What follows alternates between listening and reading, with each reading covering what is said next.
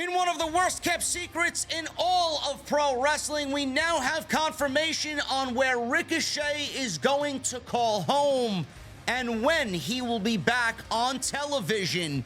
Ricochet has now signed with AEW. I got all the details right here today on Off the Script. Mauro Ranallo, the GOAT of pro wrestling commentary, is back in pro wrestling.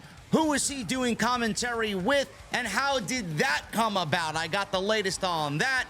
Darby Allin may be getting a run with the World Heavyweight Championship, and a major TNA name suspended by the company. All this and so much more today on Off the Script. And we will start with Ricochet. News broke literally 45 minutes ago. Ricochet is AEW bound, and he will be at All In this Sunday at Wembley Stadium. Fightful is reporting that in recent months, Ricochet's WWE contract, obviously you guys know, has expired, and he was leaving the company to join AEW. Since then, things have been very quiet on the Ricochet front, outside of the word that he was headed to AEW coming out of WWE.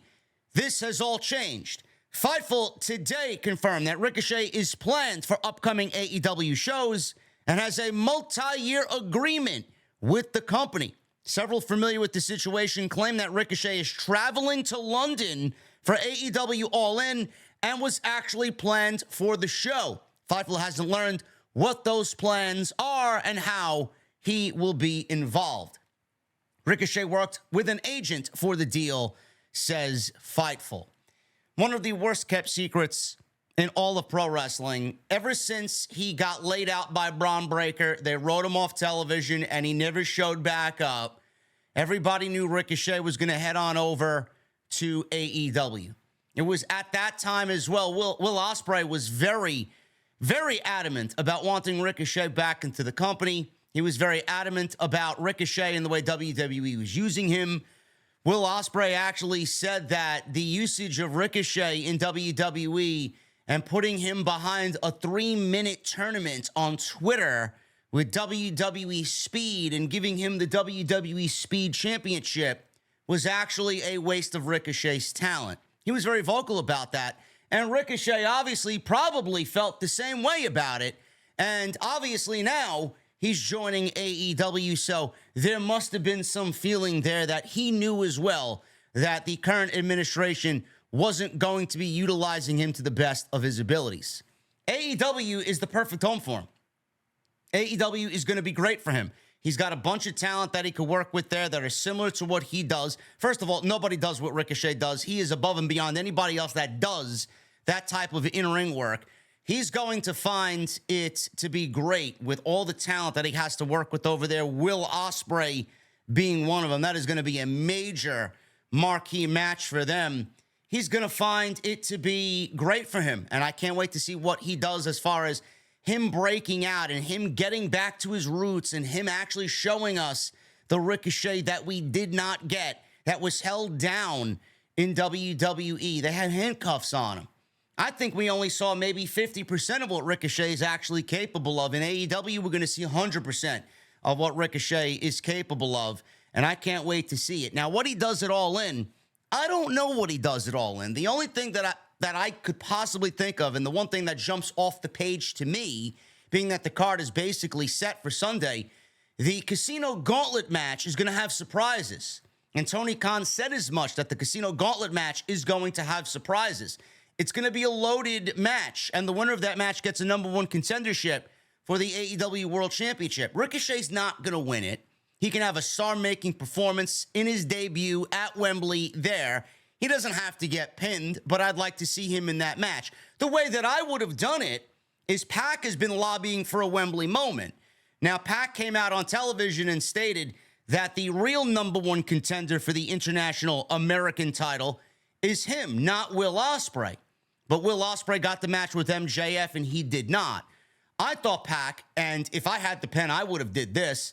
If Pac really wanted a Wembley moment and was screwed out of getting an international championship match, I would have said, you know what, I'll be at Wembley. Let's have an open challenge. Open to anybody, walk through those doors, and I will be waiting for you at Wembley Stadium at All In. And then out comes Ricochet, and we get Ricochet versus Pac in a barn burner of a match for All In. They didn't do that, so now I see both of them. Actually, Pac is not going to be in that match. Pac is going to be in the Trios Championship ladder match, I believe, with Claudio and Wheeler Yuta.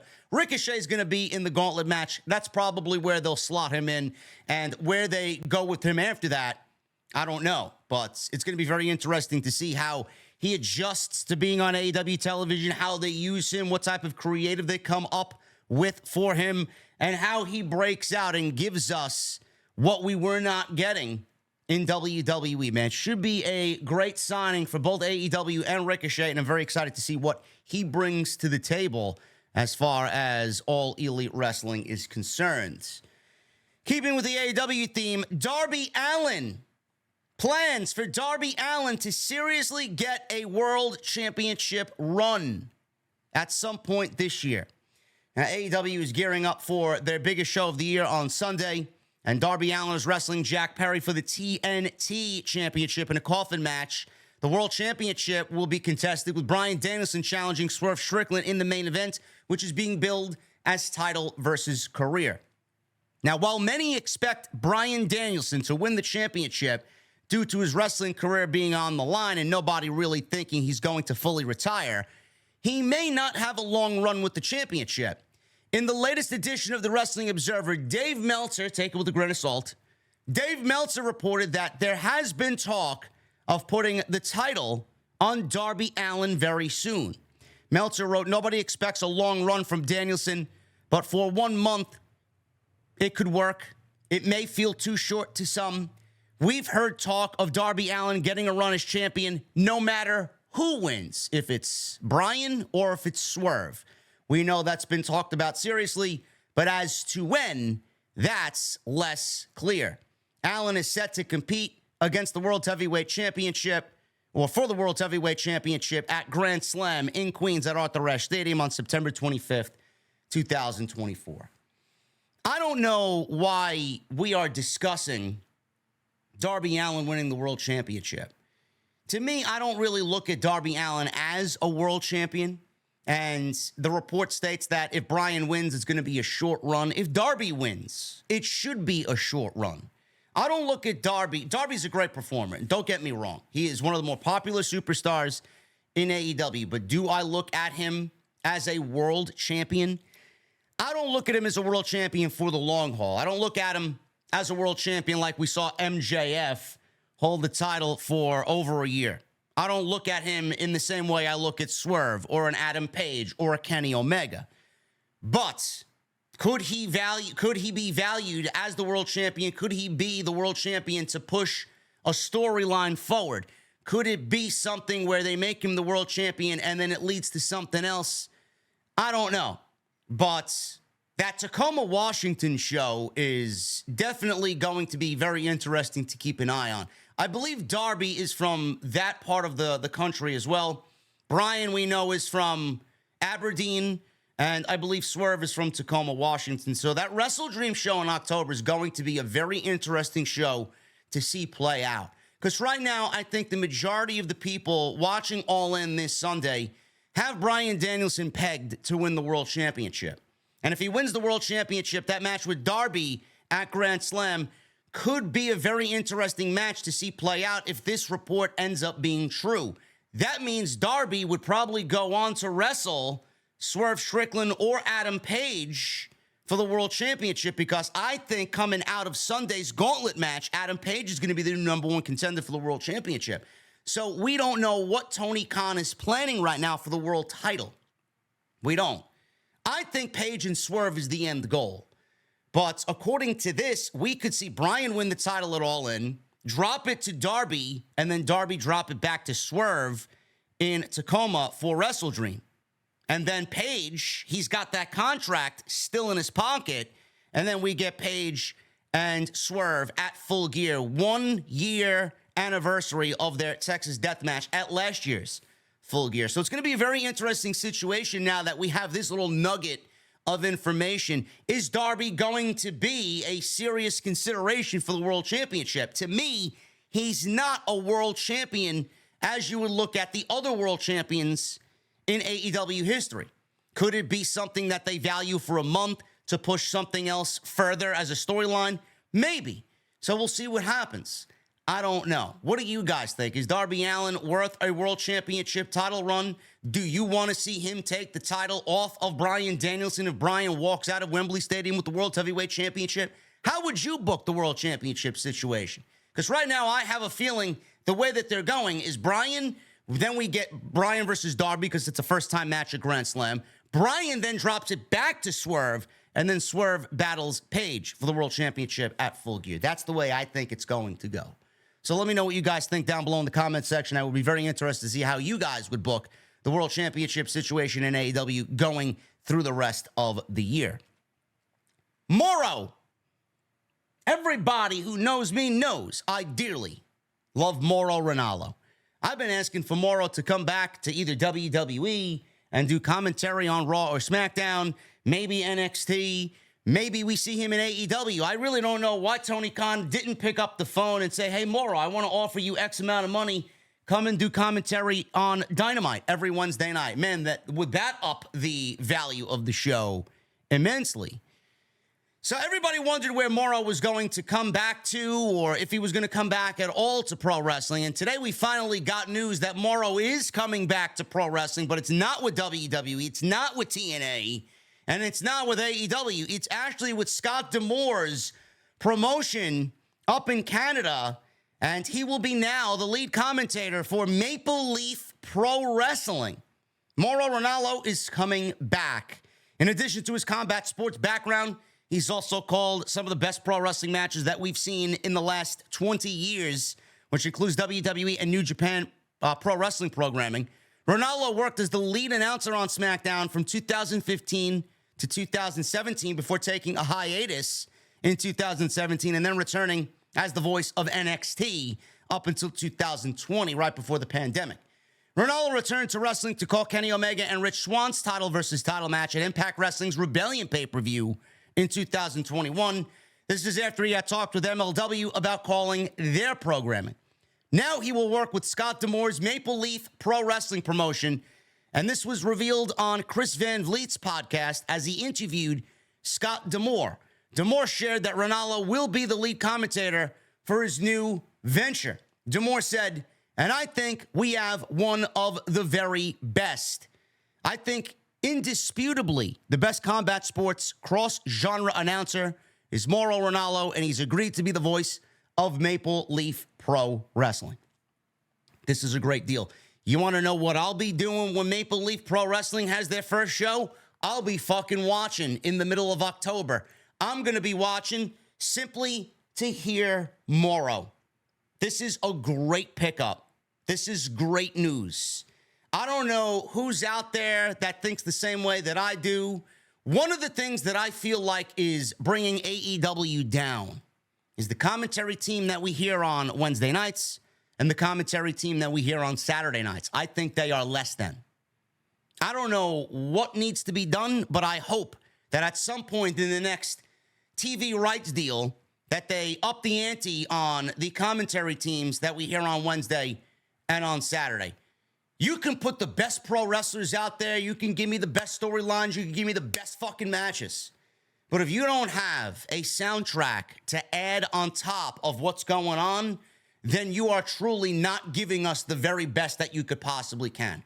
Mauro Ranallo is one of the best voices in the entire world, and he is the perfect man to add as the soundtrack to let the matches speak for themselves and to accentuate the storylines and everything going on in that ring. The storytelling that Mauro brings to the table is going to make everything that much better. This is a fucking fantastic move, and I'm going to be watching Maple Leaf Pro Wrestling simply to hear Mauro and how he calls everything in that ring.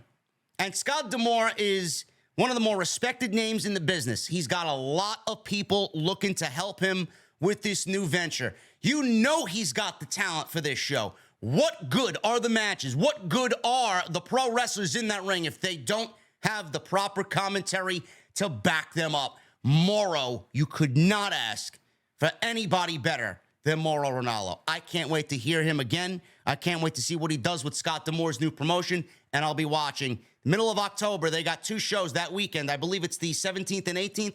I'll be listening. I'll be watching. I can't wait to see Mauro back in action. Rich Swann. He has been suspended by TNA Wrestling, entering rehab for a second disorderly intoxication arrest since 2022. We'll end with this. In a story that first broke via Brandon Thurston at Post Wrestling, longtime TNA star has been suspended by the promotion. Rich Swann was arrested on June 8th in Florida, and police charged him with public intoxication and causing a disturbance. TNA told Post Wrestling that Swann will be entering a substance abuse program, and they first learned about the arrest after Post reached out to them about it on Monday.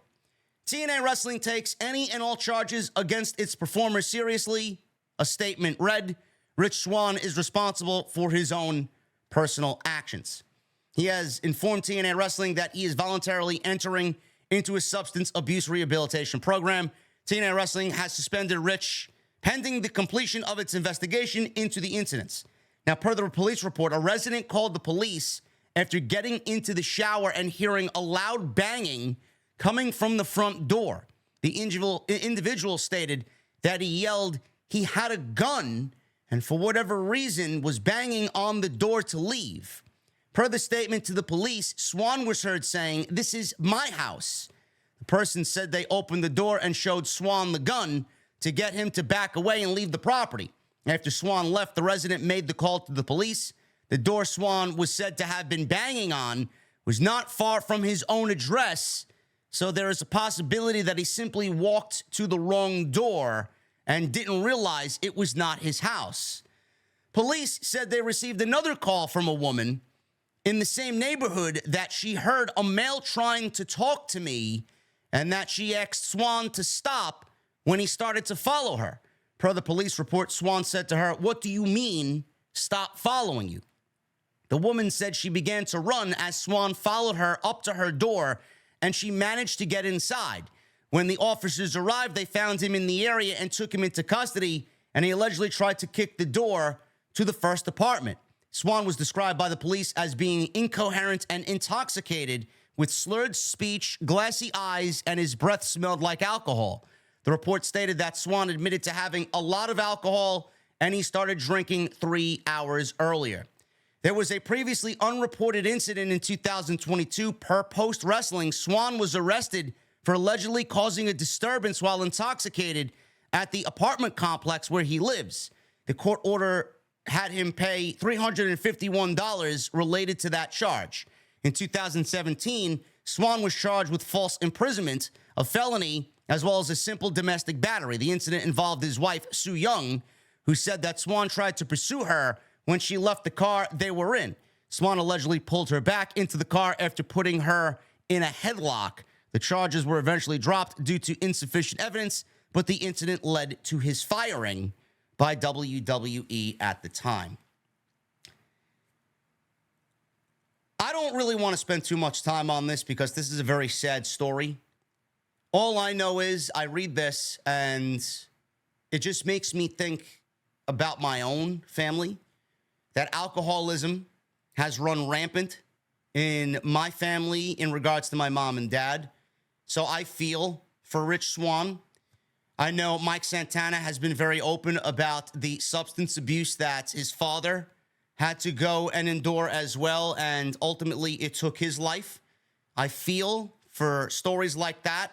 I feel for incidences here and men like Rich Swann who cannot overcome their demons due to alcoholism. I know what it does to somebody. I know what it does to a family, and it's very, very heartbreaking to see. And all I wish is for him to get help and get the help that he needs and come out better on the other side. Because I know how damaging this is to someone's life, his personal life, his relationship, whether he's married to Sue Young or not, what it does to someone's career. You don't want this following around. You don't want this hanging over your head. You want to do your best to put it behind you. And I wish him nothing but the best, man. It's a very sad story. I don't know why, but I can't stand to see people suffer like this, man. And the thing with me is, in my family, I've tried desperately for years to try and change somebody. I don't know who Rich Swann has in his life that has told him, bro, you need to go get help. You need to slow down. You need to focus on what really matters. I've said these things over and over and over again, and nothing works. The only change that is going to come is from the people that desperately want the change, like my parents and like Rich Swann. They need to want it. They need to understand. But the disease is so terrible that nothing in this life is more important than that fucking bottle. And I feel for Rich Swann in this case. I hope he gets the help that he needs. I don't know what he is drinking for. I thought he had a very good thing going on with TNA. I thought he had his head on straight after the last incident in 2017. I didn't even hear about the one in 2022. I know the one in 2017 with his wife, Su Yung, was very out there in the public, and I thought he was on the mend after that. Seemingly something happened where he just succumbed to his demons once again, and it's a very sad story. So I hope he gets the help that he needs. I hope he comes out better on the other side. And I wish nothing but the best for Rich Swann, man. He is one of the nicest guys. He's worked for House of Glory, too. He is one of the nicest guys that has walked through that door, man. You know, I tend to mind my business. On most times, I do my commentary with Solomonster. Whenever we're called to do work, we just sit in our own little bubble. We do our thing. We take our notes, and then we go home. But Rich Swann was one of the very few people that walked through the House of Glory doors. And he always, every single time he was there, man, one of the nicest fucking guys that you could possibly ask to be on your show. He came up to us and came up to us every single time to shake our hands and say, what's up, fellas? Same thing with Sami Callihan, too. Same thing with Mike Santana. Genuine, good fucking people. And I wish him nothing but the best, man. I'm very sorry to hear this news, and it just sucks to hear someone that is a great man suffering through a terrible fucking disease, man. I hope he gets the help he needs. Thank you guys very much for all your support. Make sure you guys hit that thumbs up. If you enjoyed the video, please hit that thumbs up. Let's try for 1,000 likes today on Off the Script. If you guys want to go check out everything else that I've done this week, there's plenty of it. We talked about Monday Night Raw. We talked about a lot on Tuesday Night Titans with the Solomonster. We had some extras as well this week. Make sure you guys go check that out. Live on Wednesday for Dynamite. Today's extra. Tomorrow will be live for Friday Night SmackDown. This weekend, All In. Busy week right here on Off the Script. Keep it locked because I got you guys covered. Follow me on social media at JD from NY206, Twitter, Instagram, TikTok, and Cameo. And please hit that subscribe button down below. Turn on the bell for notifications and go check out the second channel at JD from NY Shorts, linked down below in the description. Guys, I'll see you tomorrow night live right after Friday Night SmackDown on Off the Script. I'll see you guys later.